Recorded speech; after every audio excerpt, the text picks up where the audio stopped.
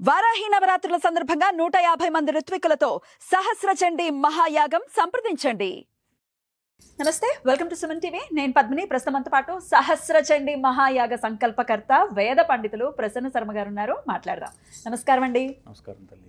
మీరు వేద పండితులు, జ్యోతిష్య శాస్త్రం డెఫినెట్ గా అందులో భాగమే కాబట్టి, వేదాంగం కాబట్టి జ్యోతిష్యాన్ని కూడా ప్రాక్టీస్ చేస్తూ ఉంటారు. అవునండి.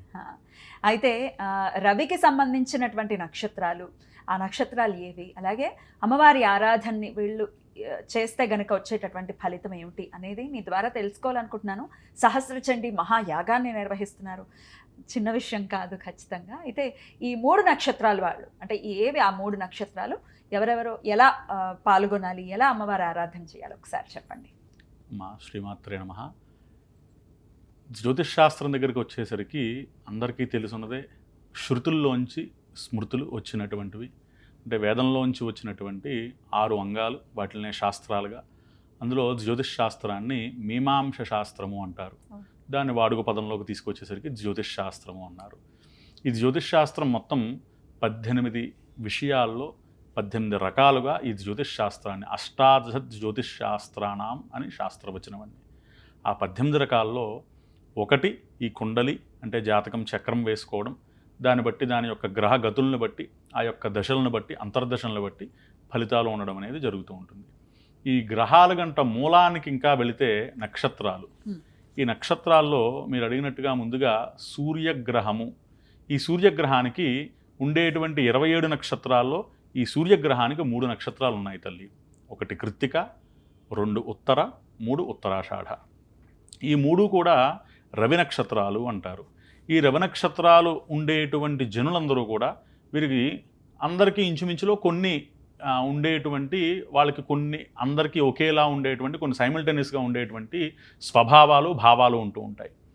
ఇటువంటి వారు సాధారణంగా ఏంటంటే ప్రతి దాంట్లో కూడా కొంచెం నష్టాలని చవిచూస్తూ ఉండడం, అలాగే అంతగా వాగ్దాటి లేకపోవడం, ప్రతి దాంట్లో కూడా పక్కవారిపైన ఆధారపడి ఉండడం, ఇటువంటివి కొంచెం ఎక్కువగా ఈ యొక్క నక్షత్రాల్లో చూస్తూ ఉంటాం.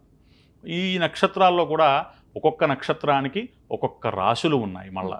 ఎందుకంటే కృత్తిక తీసుకున్నట్లయితే వృషభ రాశిలో, మళ్ళా దానికి అనువుగా మళ్ళా తీసుకుంటే ఇంకొక రాశిలోంచి వచ్చి మళ్ళా ఉత్తర 3 పాదాలు ఒక రాశిలో, మళ్ళా ఉండేటువంటి 3 నక్షత్రాలు వివిధ రకాలైనటువంటి రాశుల్లో ఉండేటువంటి పరిస్థితులు. ఎందుకంటే పాద ప్రమాణాన్ని బట్టి నక్షత్రాలు మారుతూ ఉంటాయి.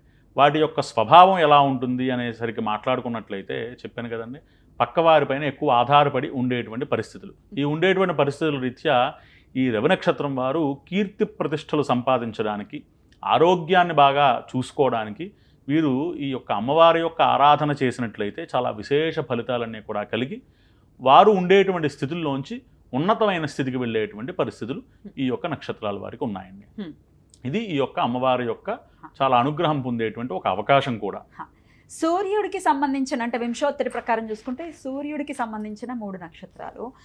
లలితా త్రిపుర సుందరిని ప్రత్యేకంగా ఇప్పుడు మీరు హోమం చేస్తున్నారు, హోమం కాదు యాగం చేస్తున్నారు కాబట్టి ఎట్లా అండి, ఈ వీళ్ళు కనుక పాల్గొంటే వాళ్ళ జీవితాల్లో ఎటువంటి మార్పులు వస్తాయి? ఎందుకంటే మీరు అన్నట్టుగా ఎంతో కొంత వాళ్ళకి అగ్రెషన్ ఉంటుంది, సూర్యుడు కదా, అంతా కొంచెం తాపంతా ఉంటారు. డెఫినెట్గా ఎటువంటి మార్పు వస్తుంది, అమ్మవారు ఎలాంటి అనుగ్రహాన్ని ఇస్తుందని అనుకోవచ్చు?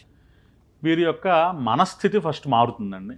ఎందుకంటే ఊరికే చికాకు పడ్డం పక్కవారి పైన, అలాగే ఊరికే పక్కవారిని వారి యొక్క అవసరం లేకపోయినా పక్కవారి యొక్క మ్యాటర్స్లో వీళ్ళు ఇంటర్ఫియరెన్స్ బాగా ఉండడం, పక్కవారి యొక్క ఇన్ఫ్లుయెన్స్ వీళ్ళ మీద బాగా ఉండడం అనేది ఈ యొక్క సానుకూలంగా ఈ నక్షత్రాలకి అన్నింటికి ఉండేటువంటి ఫలితాలు.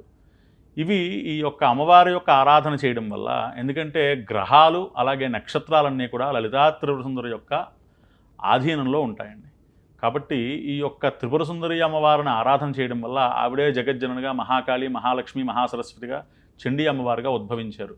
కాబట్టి ఆవిడని ఆరాధన చేయడం వల్ల ఇటువంటి ఉండేటువంటి దోషాలన్నీ కూడా పోయి మనసు ప్రశాంతత అయ్యి వాళ్ళు వృత్తి, ఉద్యోగ, వ్యాపారాల్లో ఉన్నత శిఖరాలు చేరుకోవడానికి సదావకాశం అమ్మవారి యొక్క అనుగ్రహంతో కలుగుతుంది.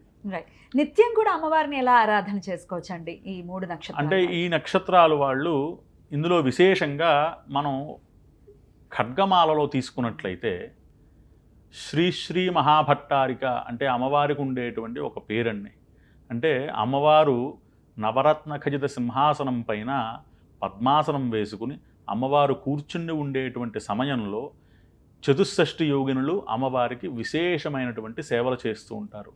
అట్టి సమయంలో ఈ యొక్క ఖడ్గమాలలో ఆఖరి 11 నామాలు తీసుకున్నట్లయితే ఆ యొక్క నామాలు ప్రతిరోజు వారు పారాయణ కానీ జపం కానీ చేసినట్లయితే చాలా విశేషమైనటువంటి ఫలితాలు కలుగుతాయి అని శాస్త్రవచనం అండి.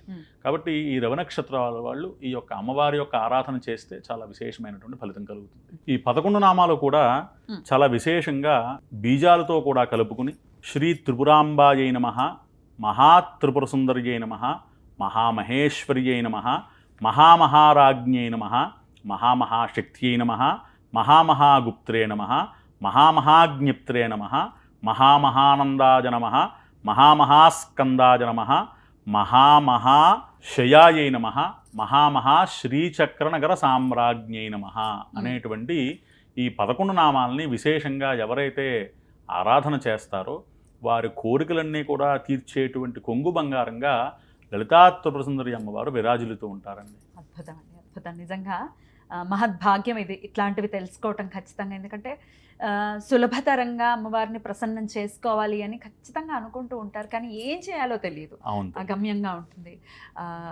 చక్కటి మార్గాన్ని చూపించారని చెప్పడంలో ఎటువంటి అతిశయోక్తి లేదు. చాలా చాలా సంతోషం.